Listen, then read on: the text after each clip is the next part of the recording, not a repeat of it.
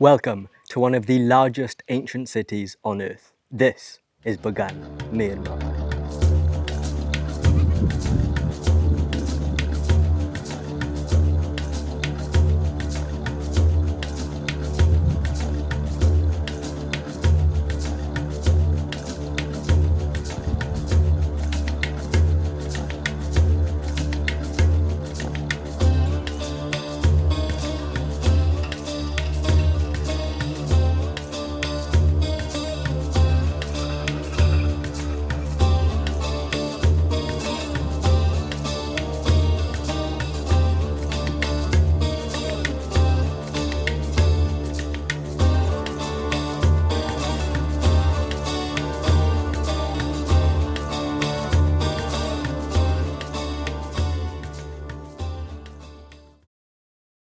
Bagan marks the first empire here in Myanmar, and it started around 1,000 years ago in the 11th century.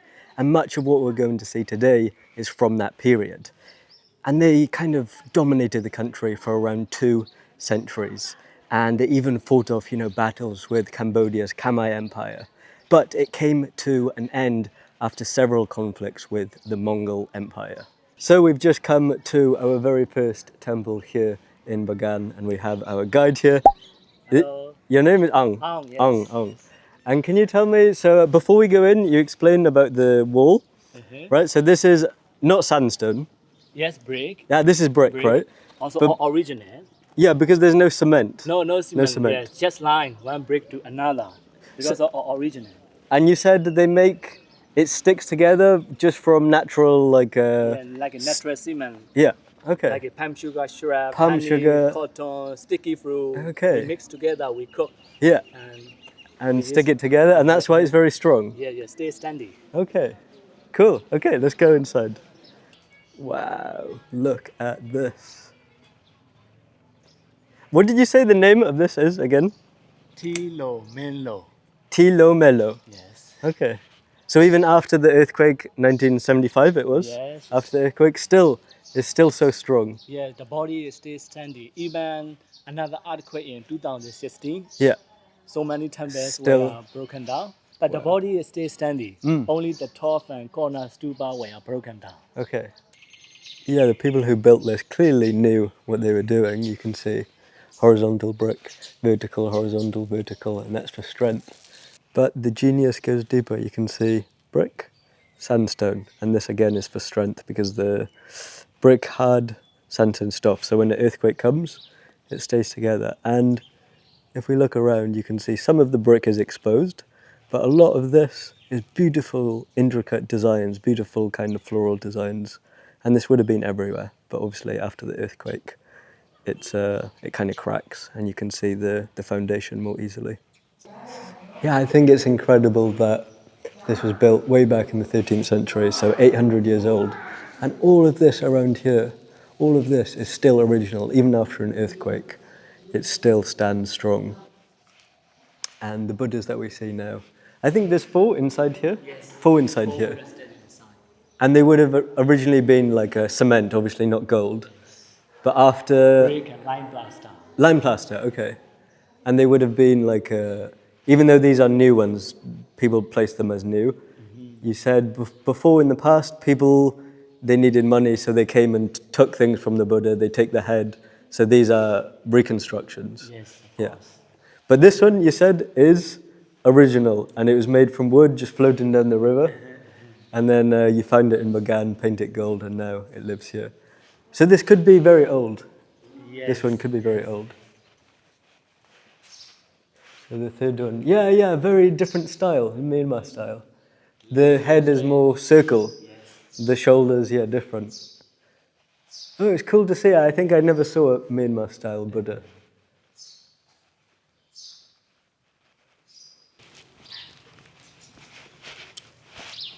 Okay, we have just come to Shwezigon Pagoda. Shwe in Burmese means gold. As you can see, it's very gold. And such a beautiful story behind this pagoda. So you can see we have 3 steps, right? So the bottom one it represents impermanence. In life, nothing lasts forever. The second tier is a representation of suffering. So in human experience, in life, we experience suffering. And then the third tier is that attachment, in a sense, like we don't own anything in life. Everything is, again, impermanent. And then we can't see it from this angle, but there's an octagon, so 8 corners that go around. And this is the representation of 8 kind of steps that you can take to achieve enlightenment. And then the, the dome, this is the representation, the circle of samsara. So in Buddhism, samsara is this constant cycle of life and death and rebirth. Then we go, the next step, this is Mount Meru, which is again symbolism in Buddhism. And then at the very top, we have Nirvana. And this is just an absolutely gorgeous pagoda and one that's very important. The reason that it is important is the belief is that the king at the time of building these, all the way back in the 11th century, placed relics. So Sri Lanka was friends, and I think still is friends, with Myanmar. Of course, Theravada Buddhist connection. And so because of that, Sri Lanka gifted a relic of the tooth of Lord Buddha. And then, of course, it came over here to Myanmar, and the king decided, let's make 4 more replicas of this relic. But then he thought, where can I place them? I don't know where to place them. So he placed all 4 relics, I think, yeah, all relics on an elephant back. And he decided wherever the elephant kneels, I will place 1 pagoda. And this is where he placed one of them. And there's, of course, 3 more around Bagan. What a place. So if you can see right there, that is the sandstone. So what this is originally made out of.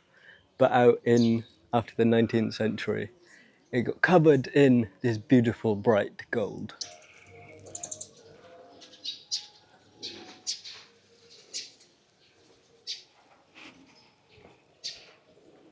We are going to take a little break from the temples and the pagodas and the stupas because we have just been invited to a local wedding and a ceremony. And it goes on all day? Only until 10 a.m. 10 a.m. 7 to 10. 7 to 10. I think if you get the opportunity, you should always come to a local wedding. Again, so much colour. Unlike Indian weddings, this lasts just 1 day for a few hours. And many people here. And we've just been offered some mohinga, which is this is it's the groom. Okay. So yeah, they've just offered us some chickpea mohinga, which is, mohinga, the national dish of Myanmar. Oh yeah, it's very good. Yes. Good spice. Yes. Mmm. Yes. We love mohinga. Mohinga, yeah? It's my first time. Every time I try shan noodles, tofu nui, Yes. but it's shan food. But Yes, Sham mohinga you can find Babamis, especially middle of Myanmar. in the middle of Myanmar. Okay. Especially the villages. Yeah, that's it. And Aung here has just told me that every traditional wedding here in Myanmar will start off in the groom's house. They have a celebration like this for a few hours. All people come out, you see all the different colors, the sarong, everything is so pretty, so many flowers. But now they prepare to go to the bride's house. And their families will sit down and talk to the people getting married, saying, you should take care of each other, all of these things.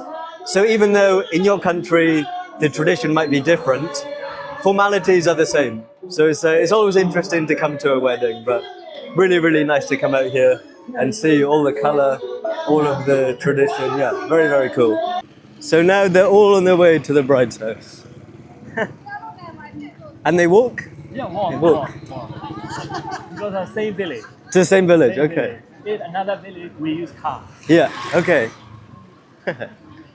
It's nice to go to another wedding in another country. Yes. I go now Sri Lanka, India, Jordan, now Myanmar. Different tradition, but all wedding similar in a way. So this is like the ordination for a monk. So he's a young monk or old? Young. A young monk. Wow. Novice ceremony. Okay, so he's a novice. Yes. Procession around the town. Yeah. They say you are going to monastery, shake the hand. Tomorrow he'll shave his head. Oh, not horses, cows.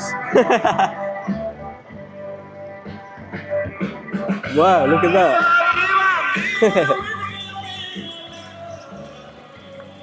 I never saw that. Usually it's this, but with a horse. This cow is very big.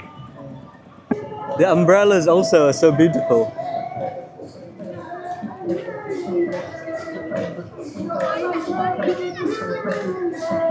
He's so little.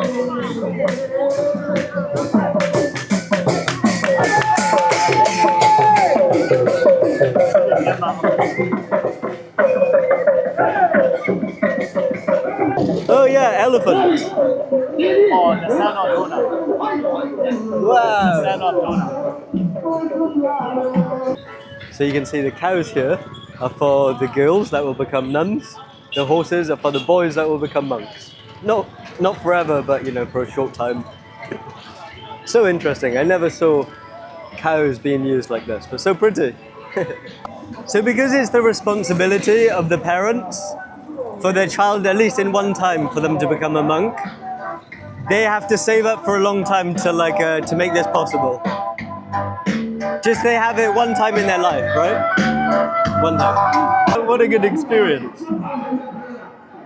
I think I came to Bagan at the right time. Aung has so kindly invited us to his home for dinner. And look at all the different... How long have you been a guide for? 12 years. 12 years. So you've been all over Myanmar. Of course, of course. Yeah, we have so many dishes here. Tea leaf salad, lots of different vegetable salads, peanut, which is famous for this area, right? Peanut, okra, and some of them are also not in English, so I can't tell you what the dish is, but I can tell you that it's really delicious. And if you ever get invited to someone's home, definitely say yes. It's one of the best insights that you can have into somebody's culture, and to be invited to someone's family, eat their food is like a wonderful gift. Phew! Okay, so after lunch, Aung took me around his village, and Bagan is very famous for its lacquerware. And when I look up on Google, I'm like, oh, it's not that interesting, lacquerware. But he has taken me through every single individual step of how they make this and how it starts from bamboo and then they turn it into, they use clay to make it smooth. It's so interesting. And the people who do the carvings are real artists. I mean, everything is freehand and it's like genuinely very interesting. I think if you come to Bagan, I definitely recommend a tour here with Aung. And he's just brought us to a temple which is actually secret. It's in his village. He had to ask someone to unlock it with a key, everything like that. Okay, this is as much of a surprise for me as it is for you. Oh, wow.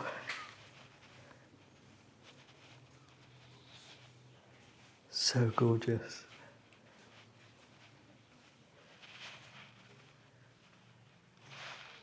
Oh, you do.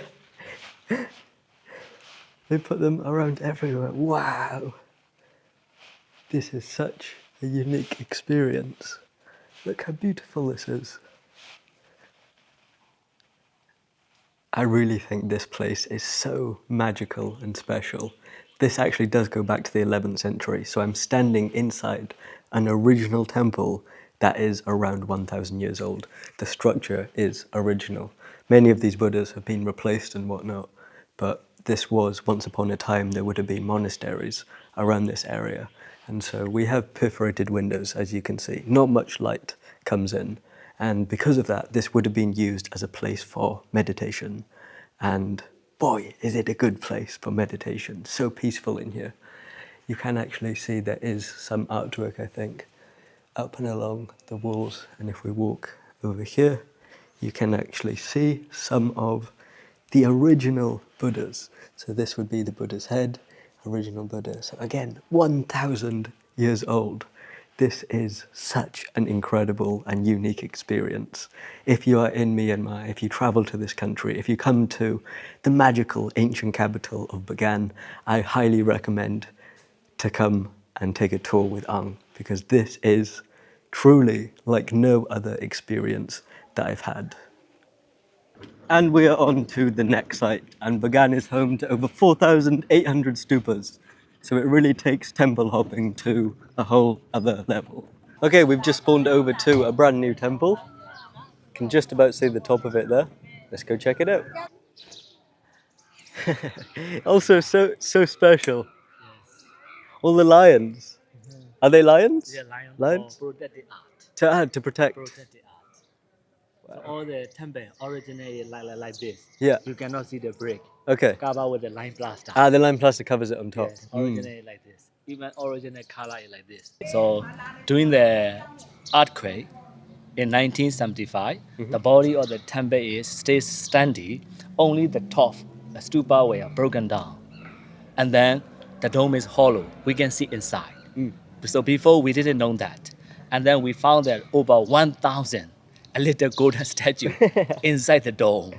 And you also said most of the stupas, most of the temples around Bagan is built in just 3 years. Yeah, 3 years. 3 years. According to stone record. Okay. Because the people at the time were very good at stonework and making Yes, arches. arch and boarding technology. And this temple is still in good condition because of the roof. They use a sloping roof. Okay. When, the sloping when the roof. rain comes, the rainwater is easy to come down. Yeah. So most of the temple, as you see, flat. Flat roof or flat terraces. Yeah, yeah. So here is So it's sloping, easy to come down. The Yeah, so rainwater. they even think of the rain. Let's go take a look inside. Wooden dome. So I was quite blown away by that Buddha, and I just said to Aung, like, it's one of the most beautiful I've seen. And he said, no, wait till you see this one.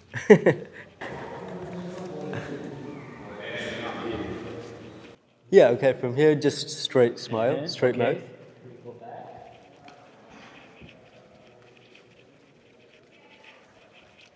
Half smile. Yeah, it's Say true. Original, no new adding in here. Yeah, I can see. Yes. Whoa. Okay, fully smile. So the people who built this did this on purpose? Oh, yeah. We don't know. No, not on purpose. We do not know. Oh, we don't know, we don't He know. didn't mention about that. Yeah. But yeah, it's true. Fully smile. No smile up the close, half smile back here, full smile. Every single place you've taken me has been so special. Yes. And also, even though they're all pagodas, all temples, also they're all very different to each other.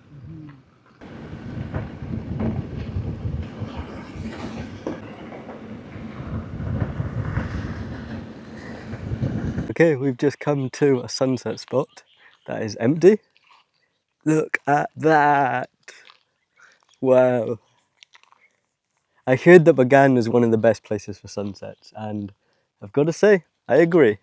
That has been a full day exploring the ancient city of Bagan here with my good friend Aung.